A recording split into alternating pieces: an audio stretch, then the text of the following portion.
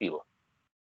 Son varios los estudios, por eso es que se habla en plural. Que se puede resumir en lo siguiente, ¿no? Estamos con los estudios descriptivos, estamos investigando acá cómo se manifiestan determinados fenómenos que sirvan en la toma de decisión. Como ustedes después, ya lo saben y se darán cuenta también después, los estudios descriptivos son los estudios de base. Son los estudios de menos fuerza investigativa, pero no dejan de ser importantes, porque como dice acá la lectura, sirven en la toma de decisión a los salubristas, a los que hacen salud pública, a los gerentes, a los ministros, etc., ¿no? Entonces, empezamos.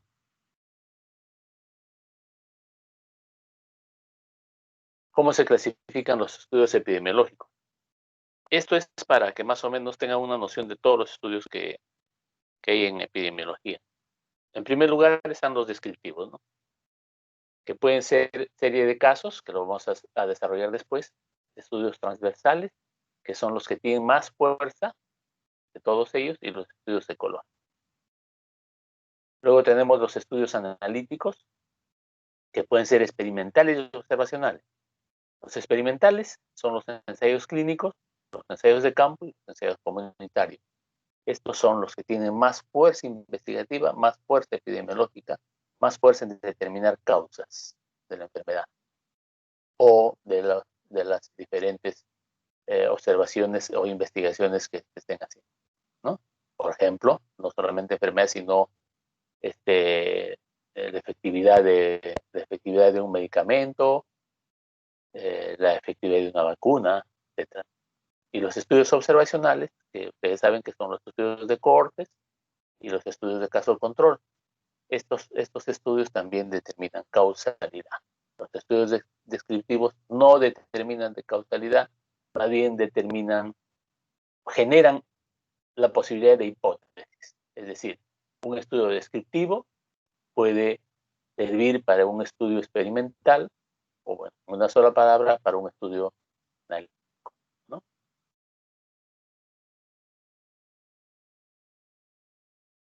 Otra clasificación que tenemos de los estudios, aparte de la clasificación que hemos visto anteriormente, tenemos, según el orden en que se investigan, pueden ser longitudinales o pueden ser estudios transversales, ¿no?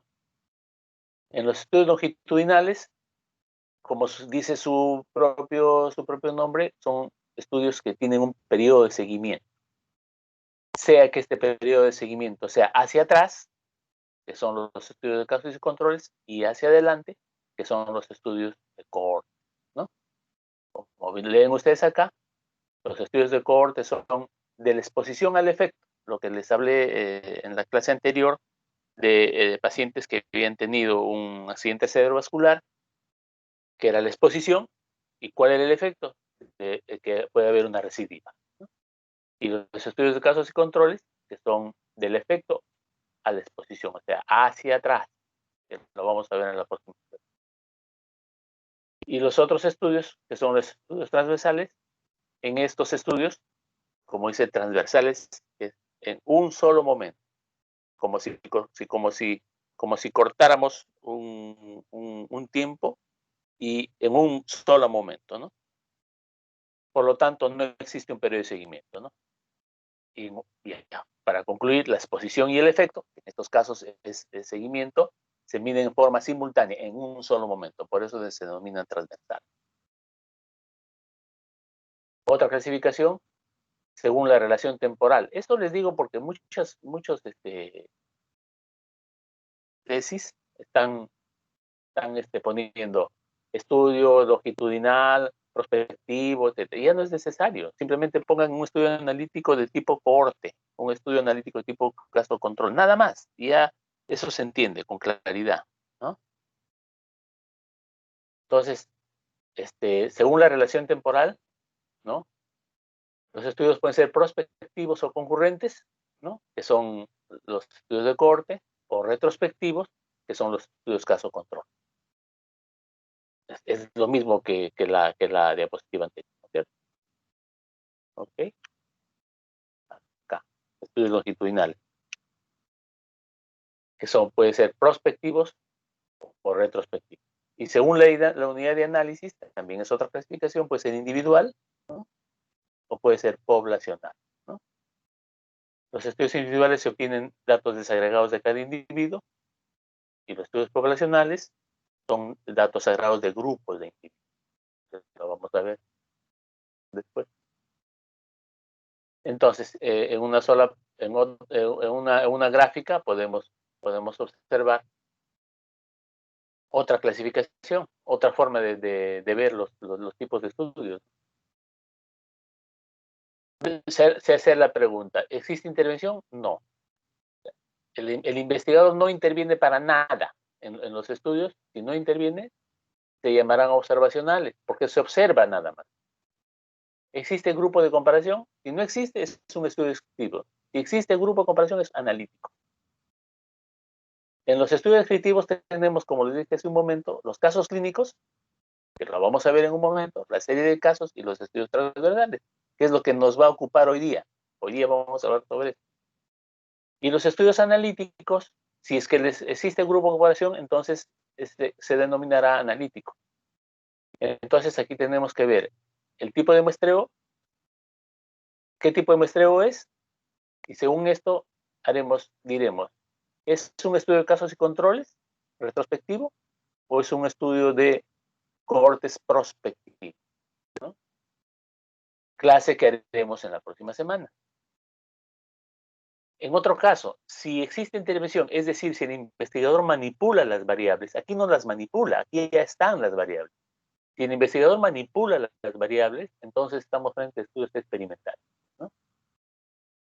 Entonces aquí podemos nosotros decir, ¿existe asignación aleatoria y grupo de comparación? Si existe, son ensayos clínicos, ¿no? Si no existe, se llaman no controlados y están ahí los estudios cuasi experimentales, ¿no? Los estudios cuasi experimentales también son denominados son estudios que considerados como observar una situación, intervenir y ver qué resultado hay después de esta intervención, ¿no? Entonces, acá tenemos esta tablita, este diagrama, en donde ustedes darán una flecha acá abajo, donde dice grado de evidencia. Y miren, el grado de evidencia va de menos a más. ¿Cuál te da mayor grado de evidencia? Los experimentales, ¿no? Y acá otra flechita también que te dice, que te da los datos, es decir, ¿cuál te da el mayor grado de evidencia? Desde acá también los experimentales, ¿no? Entonces, ya definimos los estudios descriptivos. Ahora, ¿cuál es el objetivo? El objetivo es describir los problemas de salud. Observar. Esos son estudios observacionales. Observamos cómo están los problemas de salud. ¿En qué situación están los problemas de salud? Cualquier tipo de problema de salud, ¿no? ¿En función de qué? De la persona, lugar y tiempo, ¿no? Como vamos a desarrollar ¿no? Estos diseños son los más frecuentes porque son los más fáciles, simplemente. Digamos, muchas personas con poco conocimiento e investigación pueden hacer este tipo de estudios, ¿no? Porque son sencillos, son baratos, están solamente a la mano, porque nosotros podemos hacer un estudio descriptivo solamente teniendo ya, observando ya lo que ya está hecho, digamos, historias clínicas, encuestas, ¿no? Entonces, si yo digo, voy a ver cuál es la frecuencia de pacientes infectados con tuberculosis este año en el Hospital Hipólito Unanue, simplemente me voy a las historias, o me voy a la estadística que ya lo hacen los epidemiólogos allí. Y claro, de repente podría comparar cómo ha evolucionado los pacientes hospitalizados por tuberculosis desde el año 2000 hasta el año 2020. Entonces, yo tengo los datos. Por eso es que es frecuente y fácil de realizar y barato, ¿no? Entonces, hago un estudio descriptivo? ¿Por qué lo hago? Para tener una información. ¿Y para qué me sirve? Para tomar decisiones, como les dije hace un momento. ¿Decisiones de qué tipo? De política de salud, planificación sanitaria, intervención de salud pública y actividad asistencial. Aquí podemos parar un momento y para decirles que la mayoría de las políticas de salud, de la planificación sanitaria o de las intervenciones o la actividad asistencial, se basan en información que nos proporcionan los estudios descriptivos. Voy a poner un ejemplo. Si es que los estudios, si un estudio descriptivo, por ejemplo, la ENDES, todo con mayúsculas. La ENDES es la encuesta nacional, ¿no? Es una encuesta nacional que se hace todos los años en el Perú, financiada, perdón, financiada, financiada por otros países también. Entonces, ¿qué aportes a la ENDES, la encuesta nacional de salud? ¿Qué aporta? Aporta datos sobre mortalidad materna, sobre toma de Papa Nicolau, aporta datos sobre planificación familiar, ¿no? Entonces, en esos datos de planificación familiar, en esta encuesta hacen preguntas y dicen, ¿usted desea tener más hijos? Y las pacientes responden no o sí. Entonces, nos dan un dato, lo estoy inventando en estos momentos, que dice el 60% de las mujeres en el Perú, porque es una encuesta, una muestra, dice que ya no quiere tener más hijos, ¿no es cierto? Ya no quiere tener más hijos. En otras preguntas dice, ¿cuántos hijos es lo ideal para usted? Yo para mí 2. ¿Y cuántos tiene? Tengo 7. Eso estamos hablando, digamos, en líneas generales, no en promedio. Porque ustedes saben que en Lima puede ser que el número de hijos por mujer a lo largo de toda su vida puede ser 2, en promedio, estoy hablando en promedio. Pero si nos vamos a Huancavelica puede ser 7, o en Cerro de Pasco puede ser 5, o en, qué sé yo, en algún lugar alejado rural, generalmente, como no hay acceso a la planificación familiar, puede ser 6, etcétera, ¿no? Entonces eso observa la encuesta, ¿no? Eso observa la encuesta. Y los encuestadores saben que estas diferencias entre el deseo de tener hijos o el número de hijos en un lugar determinado, diferente, costa, sierra, selva, rural, urbano, nivel educativo, etcétera, es diferente, y porque así tiene que ser diferente, porque existe un término en salud pública que se llama la transición epidemiológica, ¿no? Es una transición, como se dice, es el paso de un estado a otro estado, es el paso en el tiempo, es el paso la evaluación de un momento a otro momento en un lugar determinado, en un tiempo determinado, en un grupo de personas.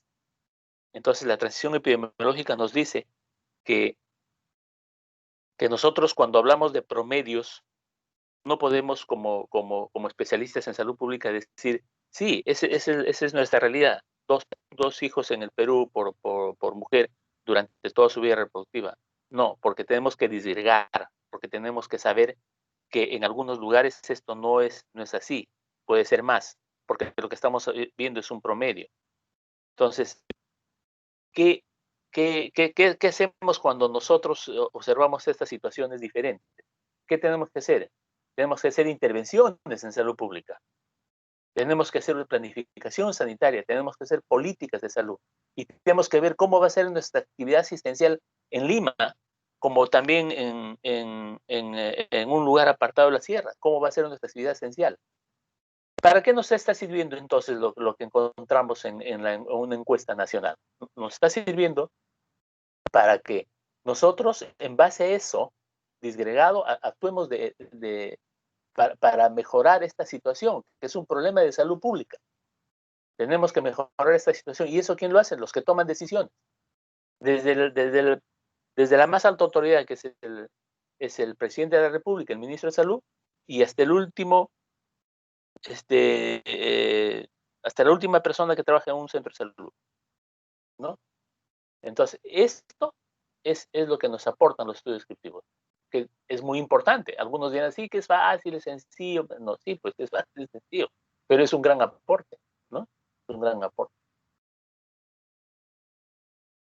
No sé si se entiende hasta ahora o no me han escuchado nada. Delegada, Sí, doctor. ¿alguna pregunta hasta acá? Ya, al final me Una pregunta, ¿ya? consulta.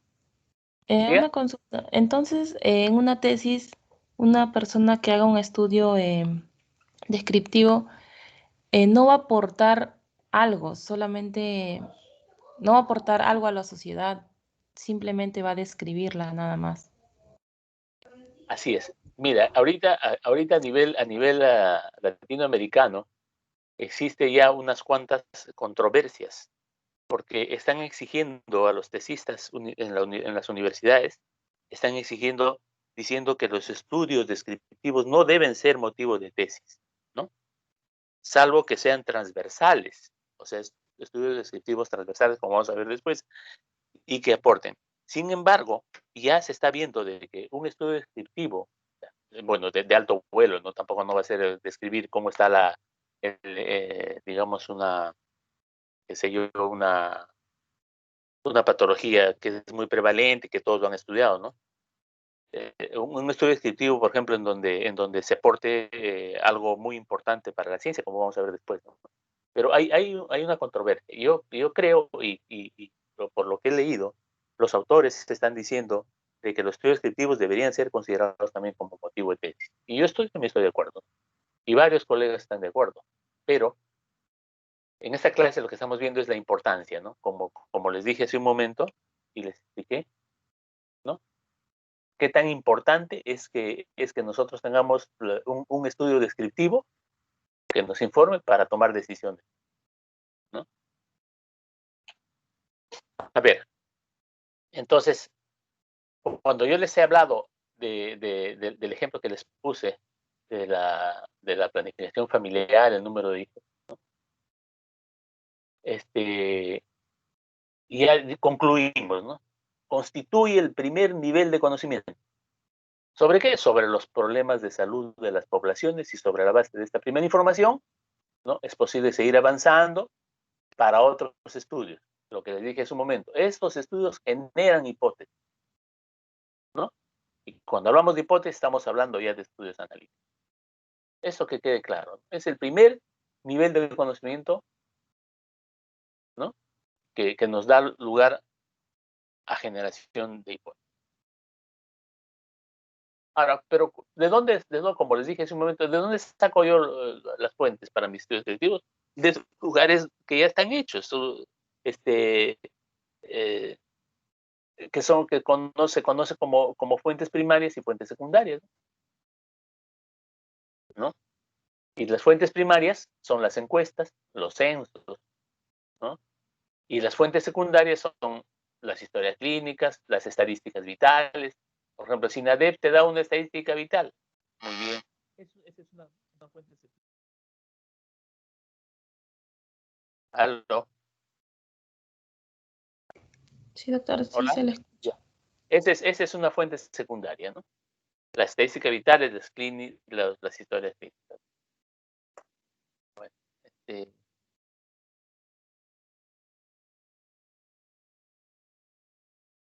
Ya, entonces, de estas fuentes, nosotros obtenemos los estudios descriptivos. Generamos estudios descriptivos de este tipo de fuentes. Miren, un ratito, no corto.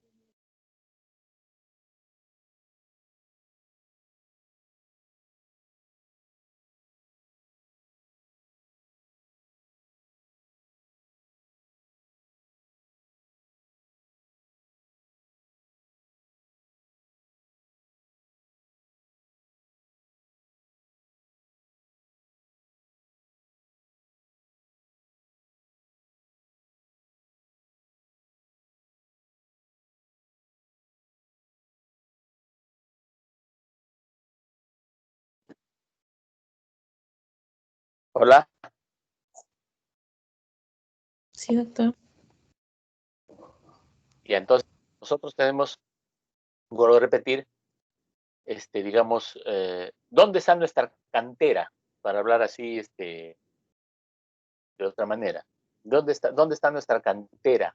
¿De dónde obtenemos nosotros el material para construir un estudio descriptivo de las fuentes primarias y secundarias?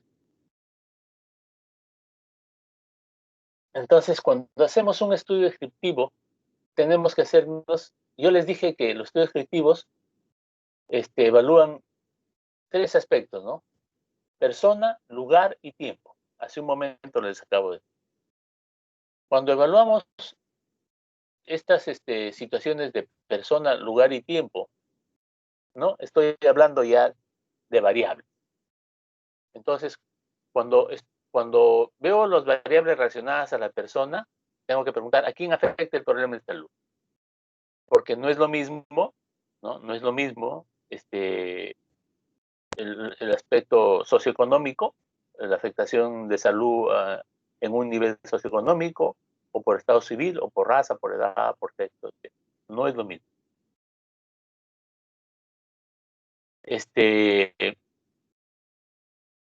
Las variables relacionadas con el lugar, tengo que preguntarme dónde ocurre el problema, ¿no? De salud. ¿Por qué? Porque hay zonas geográficas, hay lugares en donde los problemas de salud son mayores que en otros lugares. ¿Por qué? Porque, aquí pone un ejemplo, ¿no?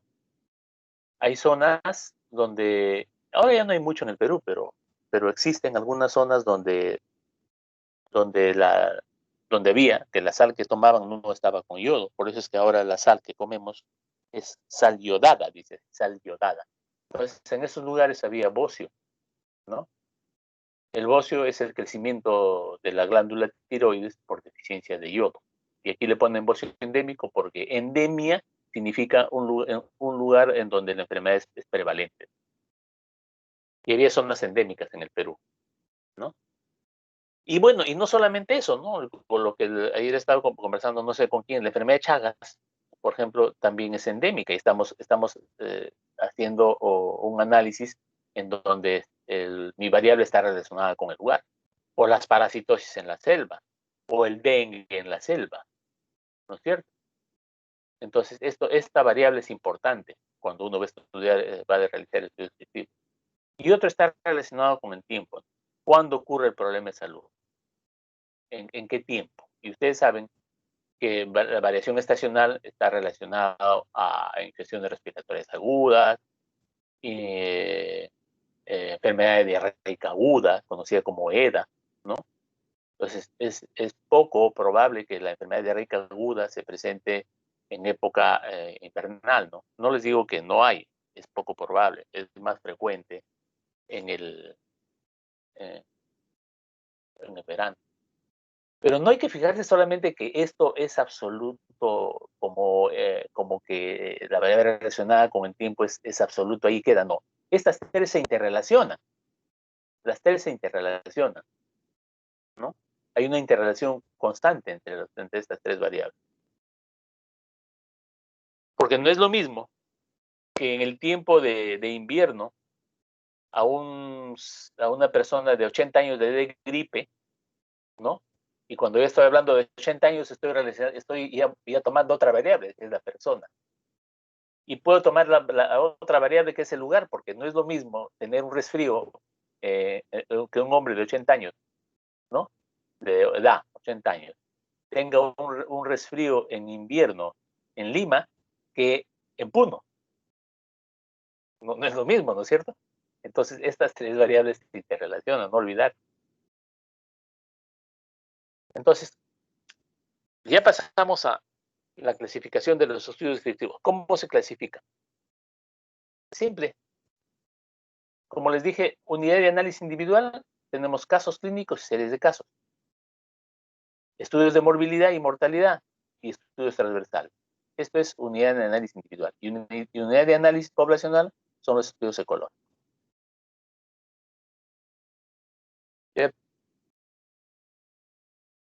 El primero vamos a desarrollar casos clínicos y series de casos.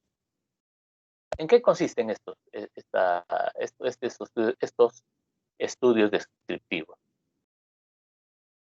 Describe la historia detallada de un único paciente o un grupo de pacientes con diagnósticos similares. Miren, en el mundo,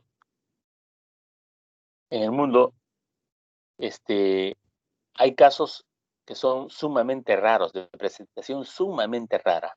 O sea, por decirte, se describen solamente 20 casos en el mundo, o 200 casos en el mundo. Una de estas patologías es el conocido como carcinoma de Paget. El carcinoma de Paget es un cáncer que afecta a la mama, normalmente. De esos hay muchos casos. Pero hay un carcinoma de Paget extramamario, que es bien raro, es muy raro. Y este cáncer extramamario es más raro aún cuando se presenta en la vulva de una mujer. Entonces, cuando en un lugar determinado, que puede ser una clínica, un hospital, un consultorio, el médico diagnostica una enfermedad de Paget extramamario de la vulva, lo que está haciendo está encontrando un caso raro. Y ese caso raro debería reportarlo.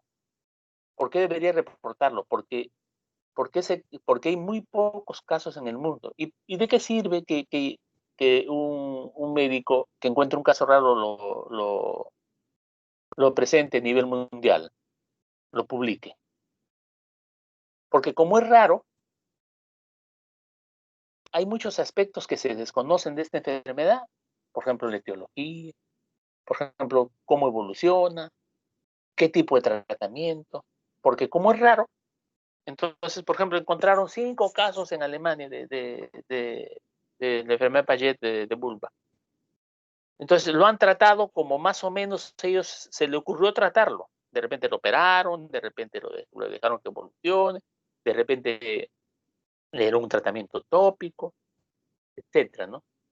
Entonces, es necesario juntar todos estos casos en un metaanálisis, o sea, en un estudio donde se recopile todos los casos en el mundo para ver de repente cuál de los tratamientos o cuál de las ideas de tratamiento cómo es la evolución de la enfermedad, la historia natural de esta enfermedad.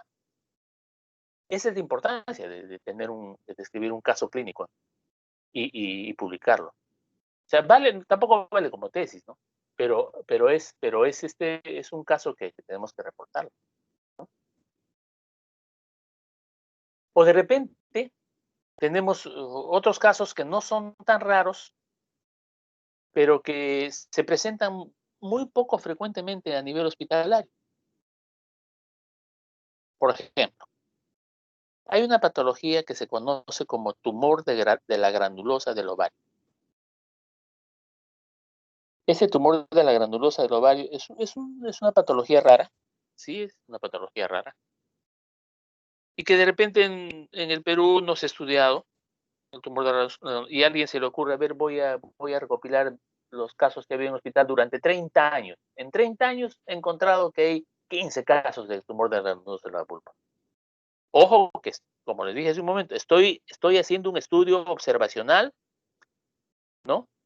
Estoy haciendo un estudio observacional, estoy valiéndome de una fuente secundaria que lo tengo a la mano, por lo tanto me resulta sencillo, poco costoso, fácil de hacer. Entonces, vuelvo a recargar que los estudios descriptivos son sencillos, pero que aportan mucho. Aportan, porque en este momento que yo estoy evaluando durante 30 años, 16 casos que se presentaron del tumor granuloso de la granulosa del ovario, entonces estoy aportando a la ciencia 16 casos para contribuir a la historia natural de la enfermedad, ¿cierto? Por ejemplo, algunos autores han descrito cómo debutan estos tumores de la granulosa, porque como son pocos casos en el mundo, algunos han dicho, ¿sabes qué? Yo he tenido un caso que debutó con una hemorragia intraperitoneal. La paciente llegó a la emergencia con un sangrado intraperitoneal masivo. Entonces, cuando juntan en un metaanálisis todos estos casos, dicen el 5% de las pacientes en este metaanálisis debutaron con hemorragia intraperitoneal. O sea, no todas debutan. De tal manera que el especialista que, que ve estos casos en ginecología ya tiene en mente de que cuando venga una hemorragia intraperitoneal y encuentra un tumor en el ovario ecográficamente, dice, puede sospechar, no, este puede ser un tumor de granulosa, este puede ser un tumor de granulosa. Puede ser, no les digo que es, pero en la historia natural se va a describir que así algunos debutan, ¿no? Y como estos tumores producen hormonas, esa es la característica, ¿no? Muchas de las niñas con tumor granulosa del ovario, ¿no? Como producen hormonas, les estoy repitiendo, producen estrógenos, hacen pubertad precoz. Entonces, en base a estos conocimientos que me da el estudio de serie de casos, ya publicados por otros autores, cuando encuentre una niña con una pubertad precoz y le tomo una ecografía y encuentro un tumor en el ovario, yo debo pensar en tumor de la granulosa del ovario. Porque la historia natural de esta enfermedad y los estudios publicados acerca de esta patología me está dando los conocimientos necesarios para sospechar clínicamente que estoy frente a este tipo de tumor. Sospechar, no estoy diciendo que es, ¿ok? Para eso me sirven los estudios, los casos clínicos descriptivos y series de casos descriptivos. Y como dice acá, ofrecen información sobre características poco comunes en casos de pacientes que comparten un problema de salud. Por esta razón es fundamental la definición de caso y los criterios de inclusión y exclusión. Bueno, y eso ya es cuestión de... ¿Sí? Entonces, lo que ya les dije, ¿no? Cuando se produce en un corto espacio de tiempo, pueden suponer el primer paso para la identificación de una nueva enfermedad. El primer paso para la identificación de una nueva... Lo he puesto en amarillo para que ustedes se lo graben, ¿ya? Que ya les expliqué, ya les expliqué. Y la descripción de los efectos perjudiciales o beneficiosos de una exposición, lo que también ya les expliqué. La historia natural.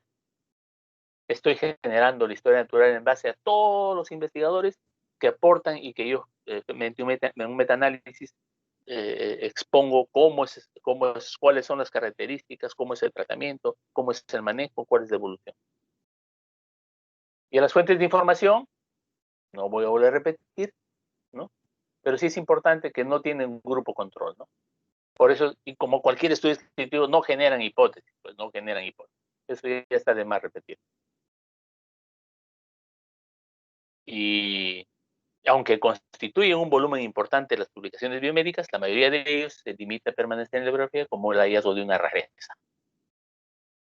Entonces, no se olviden, cuando sean médicos y tienen un caso raro, publiquen. No solamente van a contribuir a la ciencia, sino también les va a dar currícula. Aquí un ejemplo, otro ejemplo, ¿ya? La enfermedad de Lyme. Lyme es una ciudad, por si acaso. ¿Cuándo se descubrió esta enfermedad? En 1975, ¿no? ¿En dónde? En la ciudad de Lyme. ¿Qué pasó? De que había unos niños que que empezaron a desarrollar artritis reumatoide, o sea, inflamación de las articulaciones, ¿no? Entonces, cuando había muchos niños que estaban teniendo esta patología de artritis reumatoide, empezaron a investigar, ¿no? Epidemiológicamente, y solamente esta artritis se veía en la ciudad de Lyme, en Connecticut, y en 2 ciudades vecinas. No había en otro lugar, no había en otro lugar. Y decían, ¿pero qué? ¿Por qué? ¿Por qué solamente acá y no en otros estados, o en otros lugares, en otras ciudades? ¿Y qué vieron? De que en estas zonas había muchos árboles, y en estos árboles habían garrapatas. Y esas garrapatas, cuando infestaban, no infectaban, infestaban, los parásitos infestan, ¿no es cierto? Le transmitían una espiroqueta, ¿no? Están viendo epidemiología. Una espiroqueta es una bacteria que tiene forma de espiral, ¿no? Una espiroqueta también es el treponema pálido que causa la sífilis, ¿ya? Entonces encontraron que había unas garrapatas de ciervo, ¿no? Que estaban infectadas con una bacteria. Y esto era lo que había producido la artritis de Lyme. ¿De qué sirvió describir esta serie de casos? De determinar de que la causa era la, la, la bacteria. Este es otro ejemplo de casos clínicos, de casos de qué sirvió. Ustedes saben que en el 81 apareció el primer caso en Estados Unidos. Y esto se repite cada rato ya. Y mm, durante este tiempo, ¿no? En pocos años, después de que se identificara por primera vez este caso, empezaron a hacer estudios en muchos pacientes. Y en esta multiplicidad de pacientes, empezaron a determinar qué características tiene la enfermedad del SIDA, ¿no? ¿Qué características tiene? Y encontraron de que era una enfermedad que era más prevalente en homosexuales, que tenían este, este, sexo hombre-hombre, ¿no? Determinaron eso. Luego determinaron, bueno, esa es la conducta sexual, ¿no? Luego determinaron que en la evolución de esta enfermedad había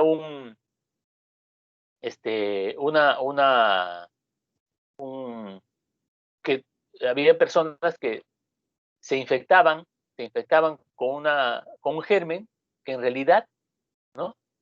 Este es un hongo. En realidad, este hongo vive en nuestro organismo. Pero como estaban con inmunodeficiencia, encontraron que este hongo, debido a la baja de defensa, eh, afectaba con un cuadro pulmonar en el 50% de los pacientes.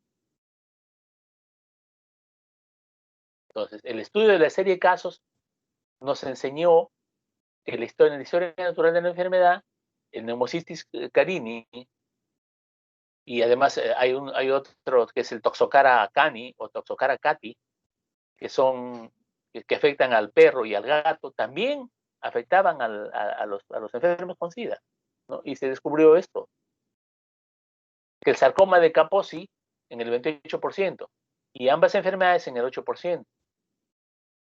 En el 14 se identificaron infecciones oportunistas, o sea que normalmente no afectan al ser humano, o sea que afectaron nuevamente por la inmunodeficiencia.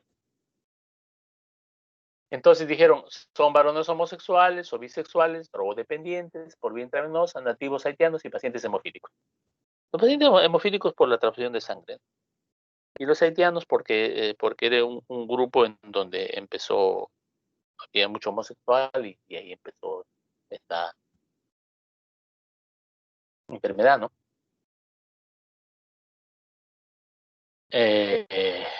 Bueno, y se determinan hoy cuáles eran los factores de riesgo. O sea, sexo sin cuidado.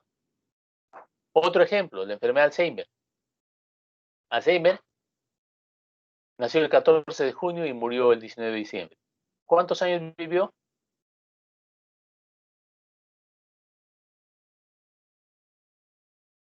¿Cuánto? ¿Me escucha? Delegada, ¿está durmiendo? Sí, doctor, ¿Cuántos años vivió? se le escucha. ¿Me escucha?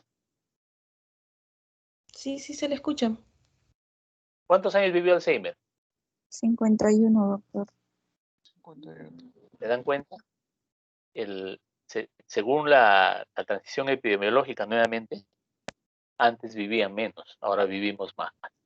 Bueno, este psiquiatra y neurólogo vio en el año 1901 a una dama que tenía problemas para comunicarse.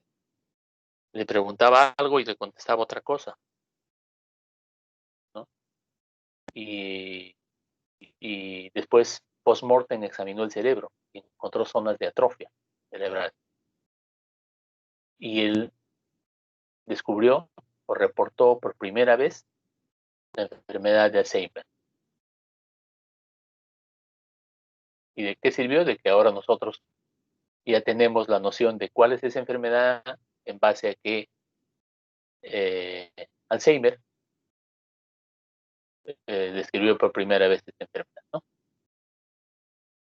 Y este es lo que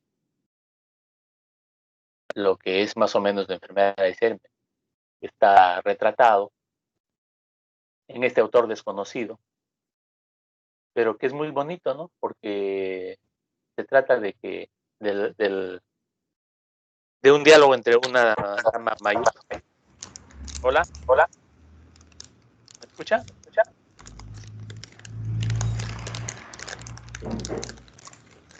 Delegada, Doctor, hay un fondo. ¿cómo? Ahora sí, doctor.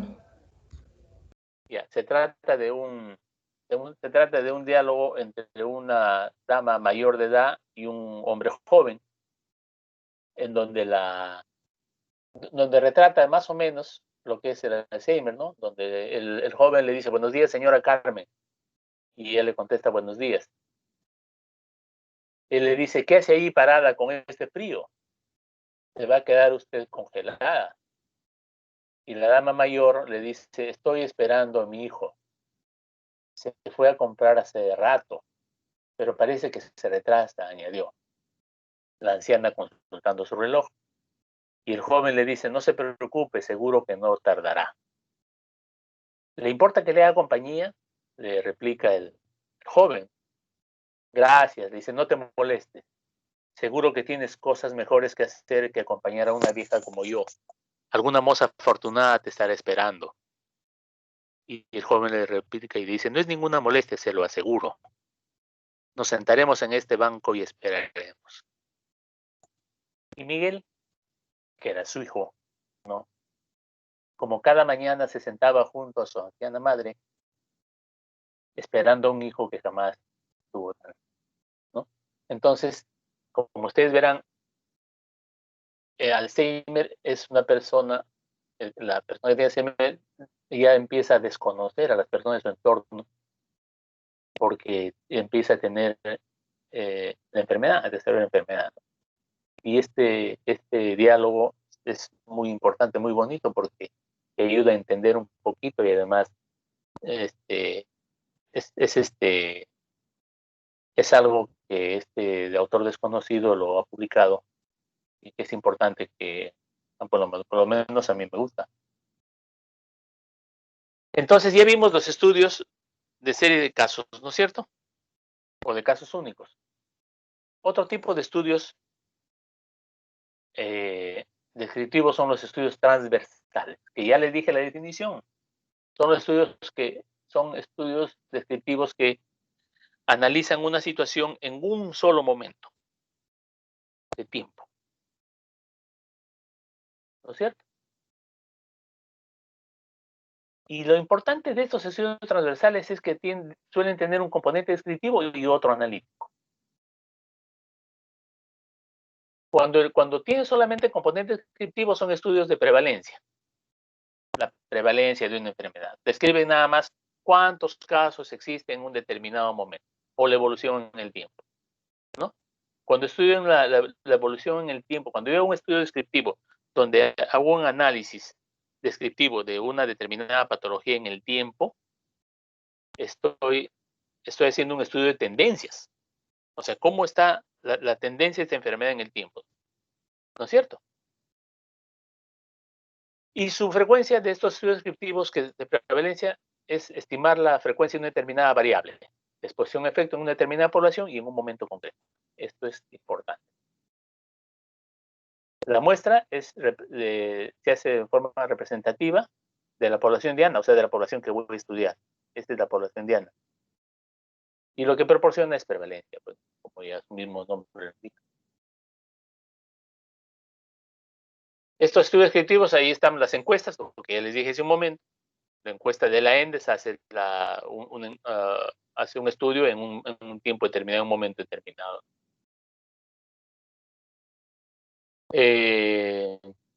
Las encuestas que se realizan en planificación sanitaria, como son las encuestas de salud, la ENDES, la ENAO, también una encuesta nacional de hogares, también son estudios de prevalencia.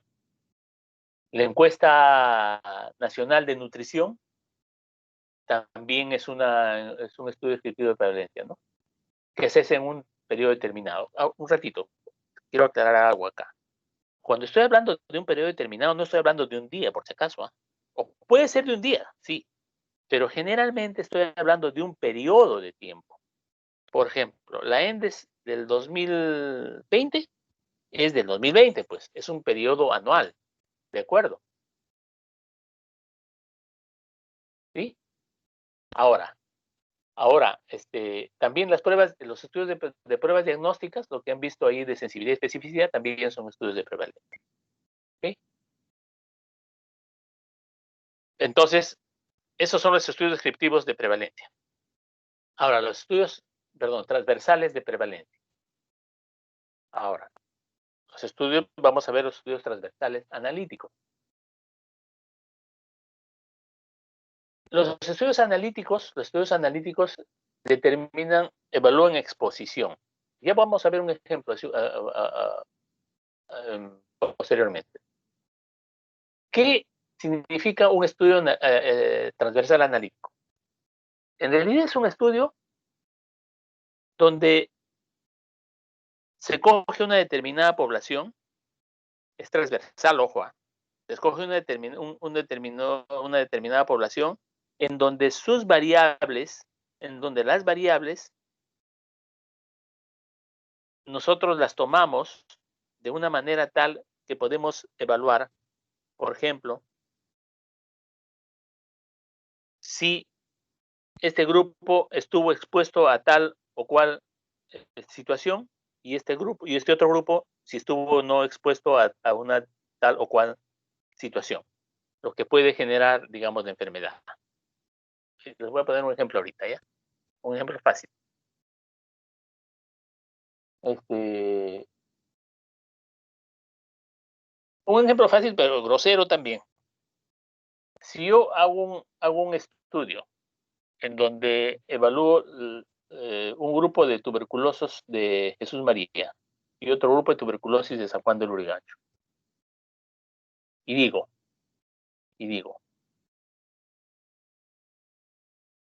los tuberculosos de Jesús María están expuestos, ¿son pobres o no son pobres? Y los de Jesús María, ¿son pobres o no son pobres?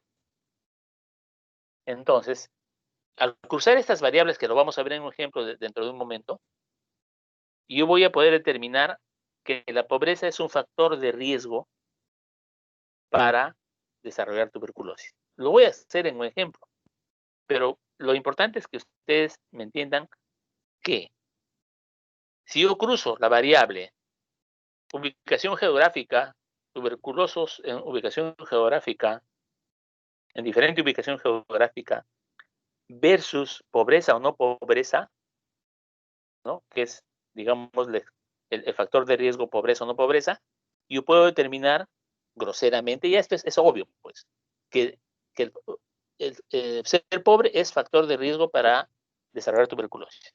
Como un factor, la enfermedad de la tuberculosis es multifactorial, pues, es multifactorial. Todas las enfermedades son multifactoriales. ¿Ya? Entonces, esto es lo que hago yo en un estudio transversal analítico. Veo exposición, ¿no? En este caso, la exposición sería la pobreza o no pobreza, ¿cierto?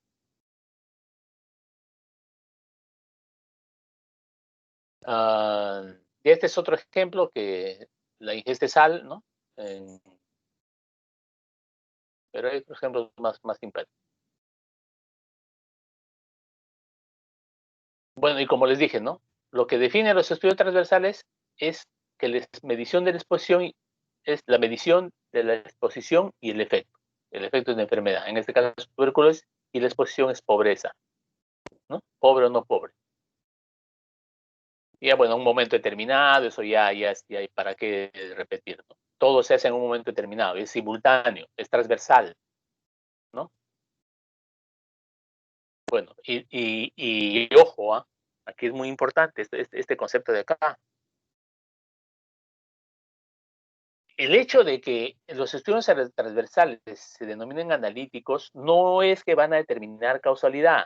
No se puede establecer relación causal. Los únicos estudios que pueden establecer relación causal de evidencia pobre, transversales, analíticos. Mayor evidencia, caso control. Mayor evidencia, cohorte. Mayor evidencia, experimental. ¿Ok? Ese es digamos, el rango. No digamos el rango, sino digamos, el valor que se da, ¿no es cierto? Entonces, los estudios transversales analíticos están limitados en lo que es las relaciones de tipo causal. ¿De acuerdo? Acá está. Como les dije, de una determinada población, X, tomo una muestra, selecciono una muestra y mido expuestos enfermos, expuestos sanos, no expuestos enfermos, no expuestos sanos. Este es el estudio transversal que lo vamos a ver ahorita en un momento. Análisis de los datos de un estudio transversal. Aquí está el efecto que es de enfermedad en una tabla tetracórica y aquí está la exposición, si usted estuvo expuesto o no estuvo expuesto. Acá puedes poner tuberculosis, sí, no, exposición, pobre, pobre, no pobre. ¿No es cierto? Puedes poner también acá, efecto de la enfermedad, tuberculosis, exposición, está expuesto. ¿Con SIDA? Sí, no. ¿Por qué? Porque la inmunocompetencia puede hacer de que la enfermedad sea mayor, o sea, tenga mayor presencia. ¿De acuerdo? Ya. Entonces, aquí nosotros, como les dije, los estudios transversales nos dan prevalencia. ¿No es cierto? ¿Cuál es la prevalencia? ¿Qué es la prevalencia? Es el número de casos nuevos y antiguos en un lugar, en un lugar determinado, ¿no es cierto? Entonces, la prevalencia se puede medir de la siguiente manera. La prevalencia de tuberculosos, de pacientes con tuberculosis es A más C, ¿sobre cuánto? Sobre N. ¿Cuántos hay con tuberculosis, que son estos de acá, A más C sobre N. Esa es la prevalencia total de tuberculosis. Eso ya lo hemos visto. La prevalencia en los expuestos, que ha sido pregunta de examen. A sobre A más B. ¿Ok? La prevalencia en los no expuestos. C sobre C más D. ¿No es cierto? ¿Alguna pregunta hasta acá? ¿Está claro o está difícil? ¿Alguna pregunta? Delegada. Sí, dígame. ¿Alguna pregunta?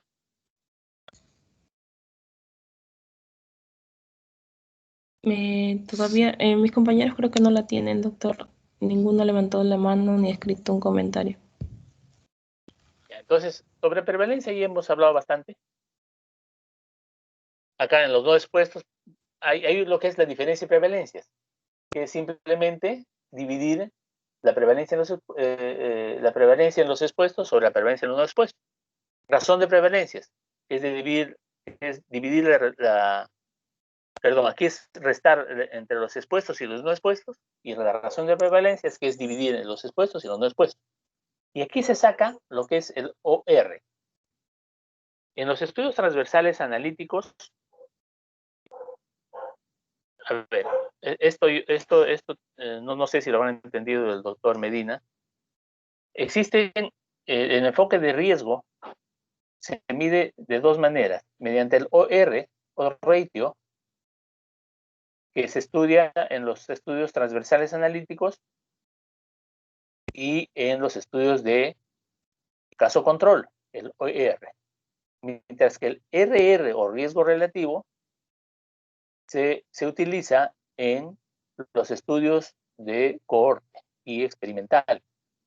Entonces, el O-ratio es la razón de probabilidades, que es la A por D sobre B por C. Ya vamos a verlo esto dentro de un momento. Si no lo entienden, por favor, me dicen, ¿ya? Aquí vamos a comparar en este estudio de prevalencia. En este estudio de prevalencia vamos a comparar la exposición y el efecto. El efecto es la enfermedad. No necesariamente los estudios de prevalencia son enfermedades, ¿no? Porque el embarazo, por ejemplo, en adolescentes no es una enfermedad, pero es un problema de salud pública. Y yo podría determinar si una mujer se embaraza en adolescencia, sí o no, y ver la exposición, digamos, la exposición podría ser familia disfuncional. Familia disfuncional, sí, no. Embarazo de la adolescencia, sí, no. ¿Podía medir eso? Sí, podía medir en un estudio transversal analítico, ¿no? La exposición, vuelvo a repetir, familia disfuncional, sí, no. Efecto, sí se embarazó, no se embarazó.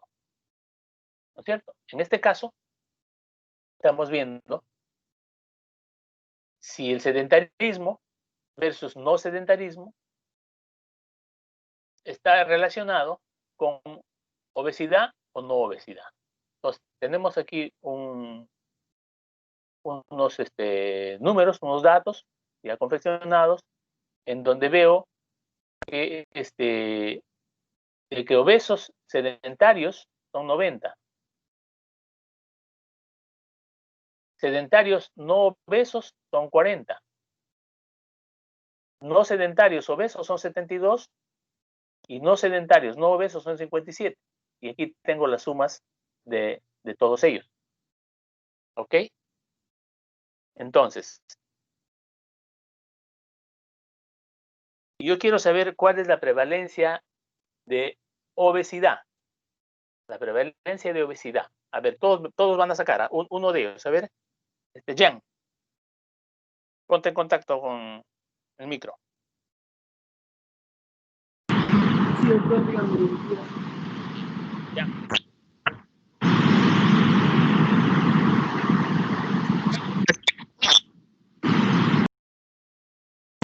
Doctor, disculpe, no sé.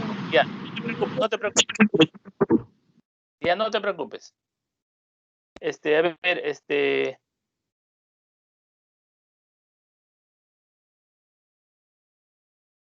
Alison. Alison.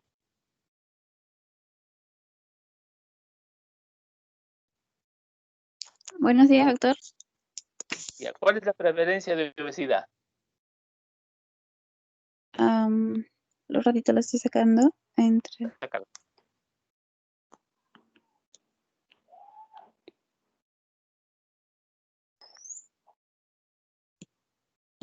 de 62%. No, te has equivocado. ¿No?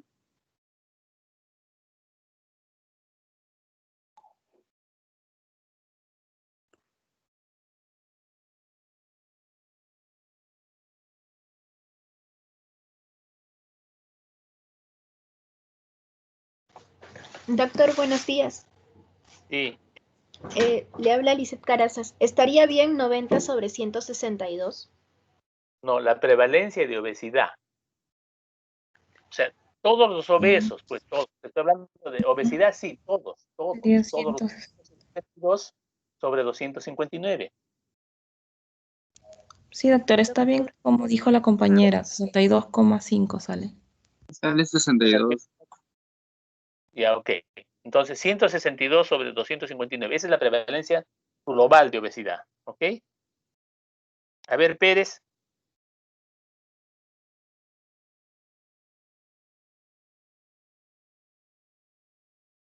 Delegada, tengo aquí una relación de alumnos que no están en clase, ¿ya? Delegada, Sí, sí, lo escucho. ¿cómo está?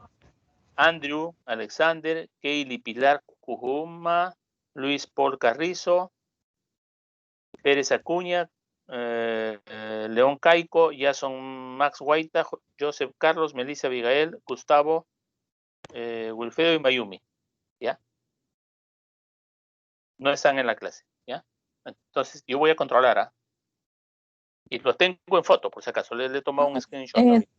Doctor, la compañera Mayumi sí me escribió antes de empezar la clase y me ha justificado su inasistencia, pero solo ella. ¿Cómo es justificado? Doctor Pimentel, no le entendí. No, Pimentel no. ¿Cómo ha justificado Mayumi? Lo que pasa es que ella ha ido a recoger a su mamá a su posoperatorio. Bueno, tiene que traer la alta.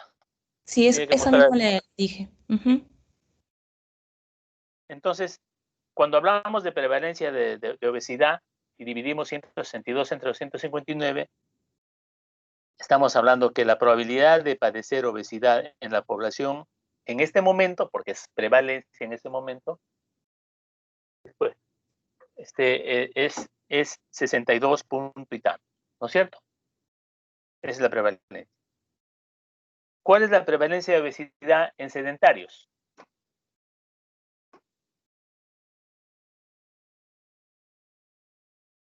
Almeida. 130. ¿Cuál es la prevalencia de obesidad en sedentarios? Almeida.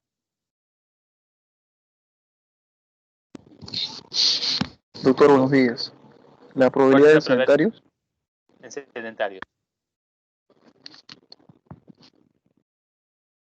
la probabilidad de obesidad en sedentarios, ¿verdad? Sí. Sería 90 Dime, sobre ¿y qué divides 162. nada más? Dime qué divides nada más. 90 entre 162. No. Perdón, 90 entre 130. Ok. Muy bien. ¿Cuál es la prevalencia en no sedentarios? Joana, Anef.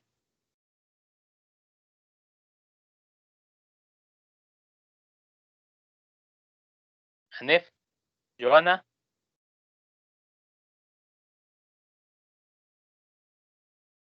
Anef. Anef.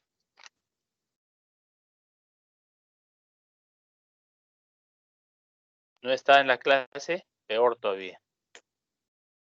Becerra.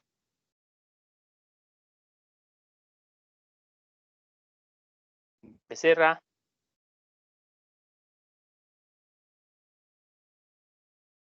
Delegada Becerra. Rosa. ¿Me escucha, doctor? Buenos días. Sí, doctor. Doctor, Ya. sería, A ver, sería no,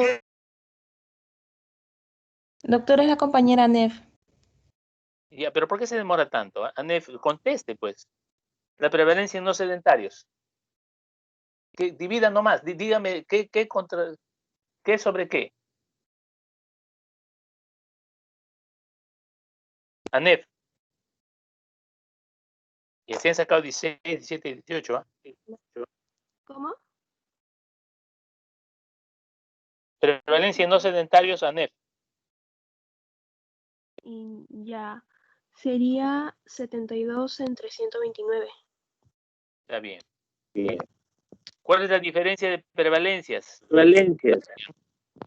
¿Cómo? Brian. A usted ya no, señorita. Brian. Diferencia de prevalencias.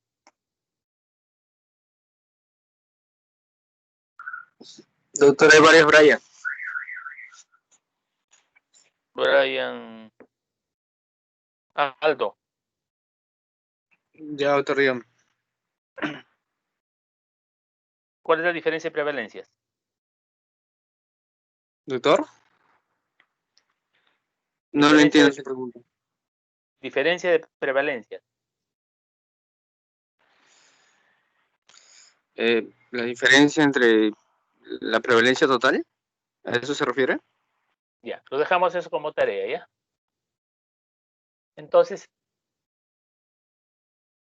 lo que con esto quiero decirles, con esta diapositiva, es de que en un estudio transversal analítico yo puedo medir prevalencia, ¿no? Y también puedo determinar OR, o ratio, que es razón de probabilidades, que se determina mediante mediante una multiplicación, ¿no?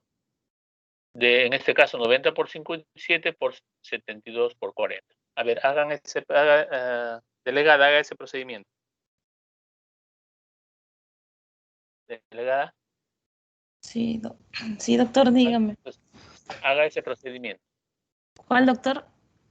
del OR. Ah, ya.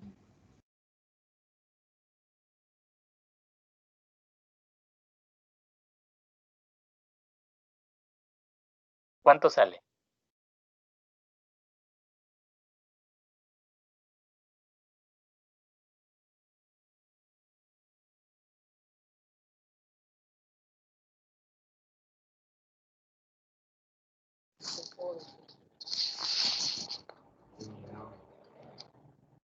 $1.78. ¿Con quién hablo? Almeida. Almeida, doctor. A ver, interpreta.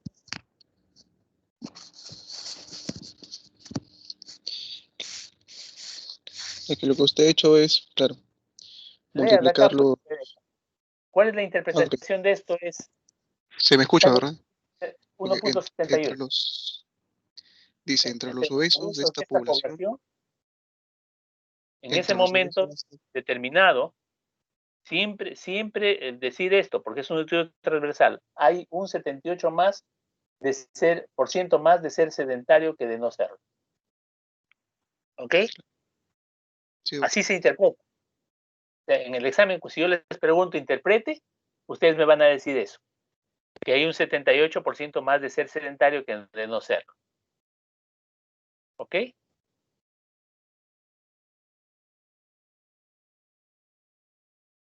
En otras palabras, ser sedentario tiene un riesgo 1.78 veces más que no sedentario de desarrollar obesidad. ¿Se entendió? Vuelvo a repetir, ser Sí, sedentario tiene un riesgo de 1.78 veces más de desarrollar obesidad que el ser no sedentario. Ese es otro estudio que hice. A ver, les explico ya.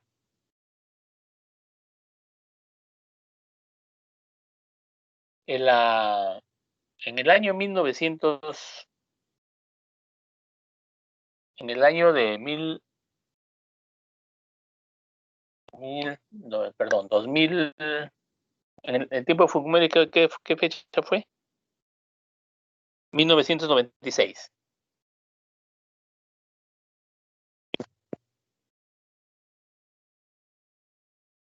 En el año 1996, Fujimori se va a China a una conferencia mundial acerca de la población en el mundo. Y ya los datos de todos los países del mundo indicaban que hay muchas mujeres que no quieren tener hijos, pero que el Estado no les proporcionaba los métodos suficientes como para evitar de que tengan muchos hijos. Y Fujimori en esa conferencia recibió, bueno, de repente también se fue con esa idea, ¿no? De ver de que verdaderamente en el Perú existía muchas mujeres que no querían tener hijos, pero que el Estado no les proporcionaba los métodos. Hasta ese tiempo, las mujeres podían cuidarse con té de cobre, con condón, con pastillas, con inyecciones, nada más. Mientras que en otros países las mujeres podían esterilizarse. En el Perú estaba prohibido la esterilización femenina y masculina. Y él vino con esa idea. También está prohibido el aborto, ¿no? En otros países el aborto es un método el que no quiere tener hijos puede abortar. No pasa nada. La ley lo autoriza. En el Perú está prohibido el aborto como método. Pero sí, desde el año 96 el gobierno dio una norma, cambió la norma y dijo, sí, las mujeres pueden esterilizar. ¿Ok? Y lógicamente la iglesia se opuso, ¿no? Se opuso. Es más, había mucha gente incluso que se oponía al uso de la té de cobre. Yo no sé por qué, la verdad es que no sé por qué. Entonces, Fujimori, que no tampoco es el santo de mi devoción, pero era parte de la política, como les dije en las primeras diapositivas, la política de salud. La política de salud, como resultado de la información de que había muchas mujeres que no querían tener hijos y que el Estado no les proporcionaba, entonces dijo, bueno, ya pues cambiamos la norma. Y dijo, no, porque este es un libro que yo he hecho sobre eso. Y dice, dijo ahí, yo lo he copiado de lo que dijo Fujimori en el libro, en cursiva, por supuesto. Sería una hipocresía hacerse de la vista gorda, sabiendo que se aplican diferentes métodos para familias de diversas clases sociales. Se refería a que si la ligadura de trompas estaba prohibida, pero la mujer que tenía dinero lo hacía en una clínica y no pasaba nada, ¿no? Y él dice así, ¿no? Sabiendo que se aplican diferentes métodos para familias de diversas clases sociales. Lo justo es difundir, he dicho difundir a fondo los métodos de planificación familiar.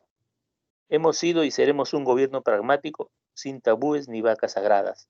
Las mujeres serán dueñas de su destino. Las vacas sagradas se refería a la iglesia. No es en este programa de planificación de la ligadura de trompas fue una desgracia en el Perú. 16 mujeres murieron. No, tampoco no es que fue la panacea, no es que fue lo mejor, etcétera. Entonces, la Iglesia Católica se opuso, pero sin embargo, bueno, pasó el tiempo y bueno, yo decidí hacer un estudio con una fuente primaria, que es la ENDES. En la ENDES hay unas preguntas donde dice, ¿cuándo se esterilizó? Este es un dato que yo tuve de la ENDES, ¿no? ¿Cuándo decidió esterilización? Le preguntan a la dama. Dice, yo durante mi control prenatal, 247, porcentaje tanto. Durante el parto, 177, después del parto, 151, otro 322, total 1037. 1037 mujeres estudié que fueron esterilizadas. Entonces, este es un dato muy importante porque en la decisión de esterilizarse debe ser durante el control prenatal. No debe ser durante el parto ni después del parto inmediato. ¿Por qué? Porque durante el parto la mujer está en un estado anímico, emocional, que dice ni más, o sea, ni más. Este es el último hijo y ni más. Y como dice ni más, ni más, ni más, emocionalmente va a aceptar, va a aceptar que le liguen. Porque en ese momento ya no quieres sufrir más. Y después del parto también se siente adolorida y apesadumbrada porque tiene 4 hijos, etcétera, etcétera.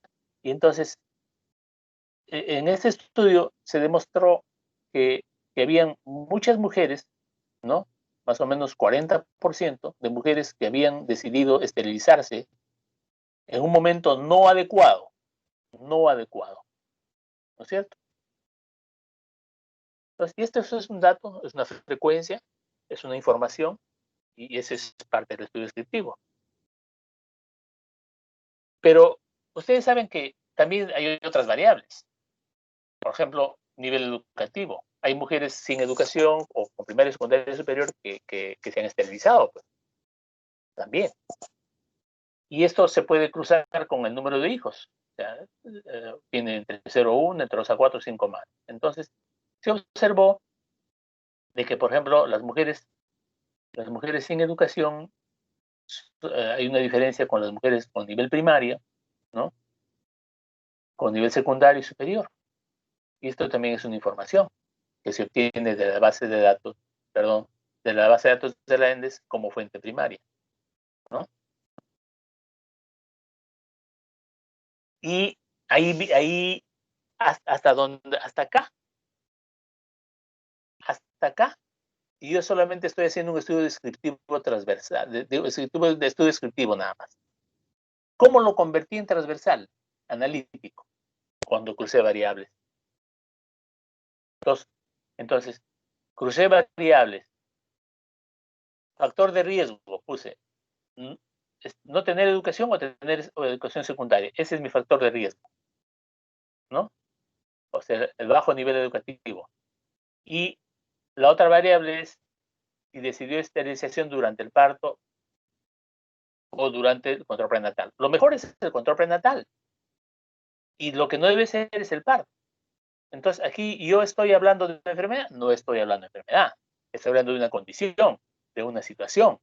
Entonces, cuando hago un estudio transversal, no solamente estoy evaluando enfermedades como resultado.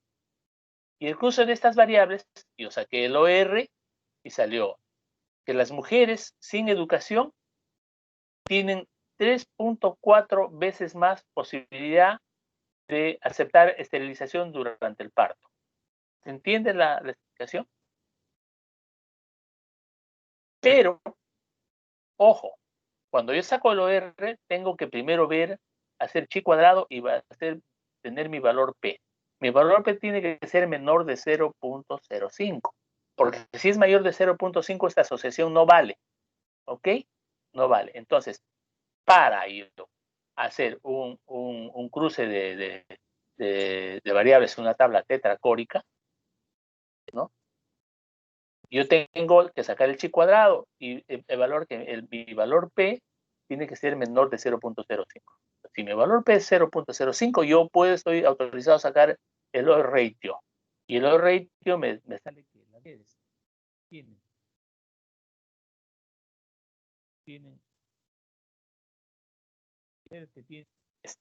¿me escucha? ¿Aló? Sí, doctor. Sí, doctor. Ahí sí. Las mujeres sin educación tienen 3.4 veces más probabilidad de aceptar la esterilización durante el parto, que no debería ser. No debería ser. ¿Ok?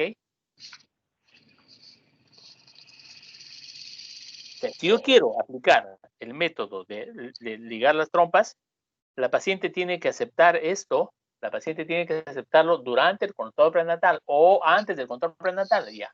Este es el último hijo que tengo y la próxima me ligo. Que es muy diferente a que esté dando a luz y le digan, si quieres te ligo. y él iba a aceptar. Es más, durante este periodo en cual se realizó esterilización masiva, ¿no? Los médicos recibían un plus por captar pacientes. Entonces decían, mira, hay una oferta. Tú quieres captar, tú quieres ganar un poco más, muy bien, capta pacientes. Entonces los médicos, las enfermeras, los test, se ilusió por plata, ¿no? Por la plata valle del mono, dicen, ¿no? Entonces dijeron, no, hay que captar. Y una paciente, buscaban, ¿vas a dar a luz cuándo? Tal día, te digo. ¿Por qué? ¿Para qué vas a tener más hijos? ¿Qué tienes tres? Ya no tengas más hijos. Y es gratis. ¿Aceptas? No. Sí, acepto. ¿No? Es más, algunas mujeres pobres les decían, oye, mira, te tengo 2 bolsas de víveres. Yo te doy bolsa de víveres pues, durante unos 5 o 3 semanas, te doy una bolsa de semana y te ligo. Ya está bien. Total, ya tengo 3 ya. Entonces, fue un programa agresivo de planificación familiar con muchos errores y de ese producto de eso muchas muertes. Fujimori fue denunciado por lesa humanidad, porque no se puede implementar este tipo de políticas de salud, ¿no? De esa manera que cause muertes o sean exigidas algo. El médico debe respetar siempre la opinión del paciente. Si un paciente, aún estando en sala de operaciones, dice, no me opero, no se opera, punto. O no quiero tomar ese medicamento, no tomes, punto. Es responsabilidad del paciente, es decisión del paciente. Uno no puede obligar, no puede incluso aconsejar, oye, mira, ¿sabes qué? Ponte este método, no. ¿Ok? Entonces, miren cómo en esta investigación yo hice lo que es un estudio transversal analítico, ¿no? Entonces, cuando yo me fui a entregarle este libro al jefe del INEI, me dijo, lo cogió y como si le quemara sus manos, lo dejó encima de su escritorio. Lo quema, dijo. De verdad que quema, pues. Bueno, las ventajas y desventajas de los estudios transversales son sencillos, rápidos, utilizan su planificación y gestión sanitaria, también en la práctica clínica,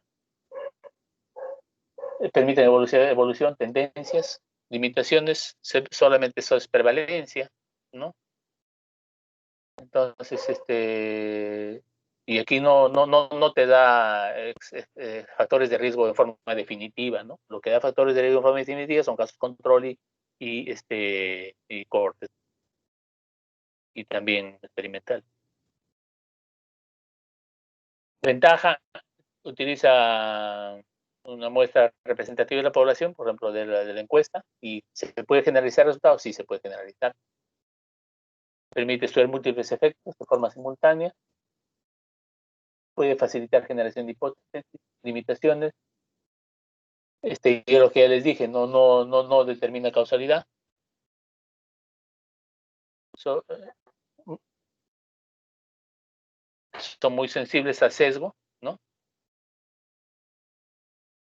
Bueno, esto de lo anterior yo ya no lo repito porque ya durante ya no incido porque durante toda la clase hemos estado viendo ventajas y desventajas. Ahora, otro tipo de estudios son estudios de mortalidad y morbilidad, ¿no? Y esto es sencillo, pues los estudios de mortalidad, cómo se distribuyen, ¿no? Las enfermedades y las causas de muerte en la población. Entonces, el SINADEP determina de qué se mueren más. Hay estadísticas en el Perú que son estudios descriptivos donde dice cuál es la primera causa de muerte en el Perú, la infección respiratoria aguda. Esa es la primera causa. Año tras año, toda la vida es la infección respiratoria aguda. Y por la transición demográfica, la infección respiratoria aguda o la neumonía en las ciudades de Puno es la primera causa de neumonía en estas zonas. ¿Y qué hace el Estado? Nada. No está haciendo nada, ¿no? Nevados, y bajas temperaturas existen en todo el mundo, pero En Europa, por ejemplo, hay muy pocas muertes porque el Estado se preocupa por su gente, ¿no? Se preocupa por su gente, pero en el Perú, gobierno tras gobierno, y no se preocupan por su gente. Por eso es que en salud pública, en el curso de salud pública que ustedes llevan en quinto año, se van a dar cuenta que la ley está hecha, ¿no? Pero está en el papel, No, no se aplica pues de forma adecuada. Y los estudios de morbilidad se basan en los códigos. El código sí, hay un código internacional de enfermedades que se está implementando en el Perú, en el seguro casi a todos, al 100%, donde solamente por códigos yo puedo sacar cuál es la mayor frecuencia de patologías en la consulta externa, en hospitalizaciones, en alta, ¿no? Bueno, ¿de dónde? Ya les dije la mortalidad de SINADEF, estudios de función. El problema es de mortalidad y de morbilidad es que existe mucho subregistro. O sea, dicen, en primer lugar, los médicos no sabemos llenar certificados de defunción y ponemos a veces.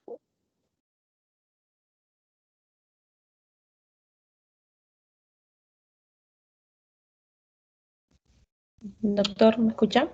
Creo que se cortó, ¿no? Hola. Ajá. Sí, ahora sí. Hola. Ya. Doctor. Entonces hay mucho subregistro, ¿no? Los otros tipos de estudios son los estudios ecológicos. Son estos estudios ecológicos, como su propio nombre lo indica, son diseños epidemiológicos de carácter descriptivo, sí, todos son descriptivos, menos los transversales analíticos, cuyo objetivo es la comparación de grupos más que de individuos, o sea, grupos poblacionales de un lugar geográfico a otro lugar geográfico. La variable resultado siempre suele ser algún indicador de tipo de tasa de mortalidad, de incidencia y prevalencia de enfermedad. Entonces, yo comparo en un estudio ecológico la mortalidad en Loreto versus la mortalidad en Lima, ¿no? Entonces, ese es un estudio ecológico. Entonces, me da un indicador de tasa de mortalidad, de incidencia de enfermedad y de prevalencia de enfermedad, ¿no? ¿Y cómo se expresa en medio? O sea, promedios. Dice, la edad promedio de muertes en Loreto es, por decirte, 68 años. La edad promedio de muerte en Lima es 72 años. Se estudia por múltiples factores, ¿no? Lima tiene más acceso a la salud que Loreto. Porque como saca promedios, entonces yo estoy sacando Loreto de un lugar que está alejado y que solamente llegas con canoa, ¿no? Versus Iquitos, la ciudad en donde sí hay acceso. Entonces, yo tengo promedios y por transición epidemiológica, yo tengo que ver de que ese promedio no lo puedo tomar a ciegas, porque los promedios, el promedio es en forma general. Hay un resultado en ciudad y hay un resultado en rural. Pueden ser exploratorios.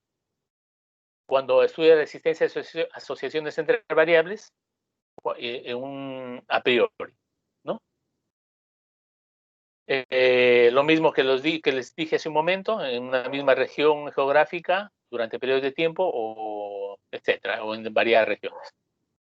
Este es un estudio ecológico. No, en Londres, en 1952, hubo un cambio meteorológico, ¿no?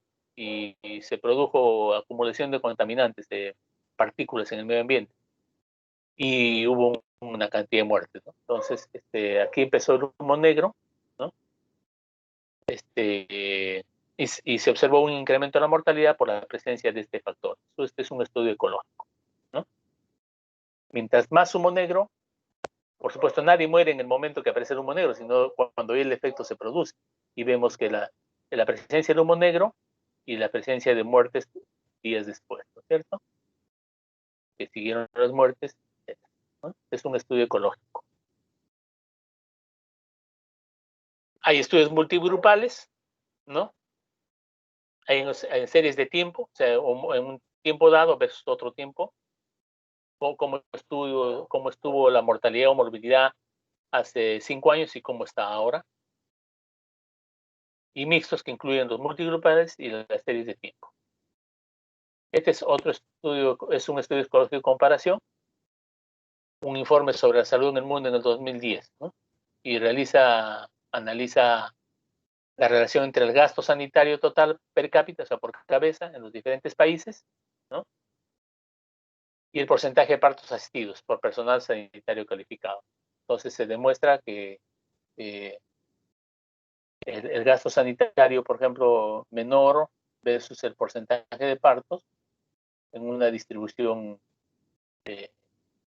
donde podría deducirse que algunos países consiguen con su dinero niveles mayores de cobertura y mejores resultados médicos que otros. Y la diferencia existente entre lo que los países logran y lo que podrían lograr son los mismos, con los mismos recursos es enorme. Hay una diferencia enorme en cuanto a la atención del parto, ¿no? Sanitario, de parto institucional, no en casa, ¿no? Donde existe una diferencia enorme entre países pobres y ricos. Y el estudio ecológico de tendencias que les expliqué hace un rato, donde yo veo cómo estuvo en ese tiempo diferente a una morbilidad y cómo ha evolucionado en el tiempo hasta ahora. Ventajas: utilizan datos secundarios, generan hipótesis, a veces son los únicos disponibles para generar hipótesis. Las limitaciones, no se puede aplicar a los individuos porque son estudios grupales. A veces es difícil separar el efecto. No podemos ver evaluar exposición. Y por último, hay que conservar nuestro ambiente, muchachos. Hay que sembrar árboles, no hay que ensuciar la ciudad, no boten los papeles al suelo, que es muy importante, porque estos árboles no dan vida. Gracias.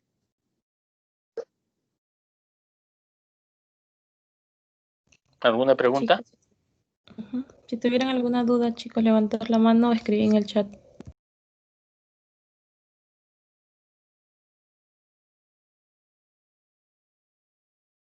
Sí, doctor, la alumna Francesca Abigail tiene una consulta, creo. A ver. Doctor, buenos días. Sí. Usted dijo que para mejor interpretación del odds radio lo pasemos a porcentaje, ¿cierto? No, de los radios no se pasa en porcentaje. También puedes expresarlo en porcentaje, también puedes expresarlo como que para la interpretación. Ajá, por eso, en la interpretación de la diapositiva yo lo vi en porcentaje y quería saber cómo se pasa un odds radio porcentaje. Simplemente del 1, lo que sobra del 1, lo expresa en porcentaje. Ya. Sí. Ok, gracias. Ya. ¿Alguien más?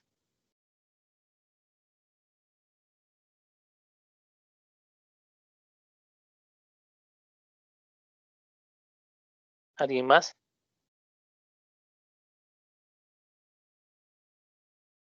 Ya, muchachos, entonces ya que no hay, con mi grupo a las 10 de la mañana empezamos nuestra práctica, ¿ya?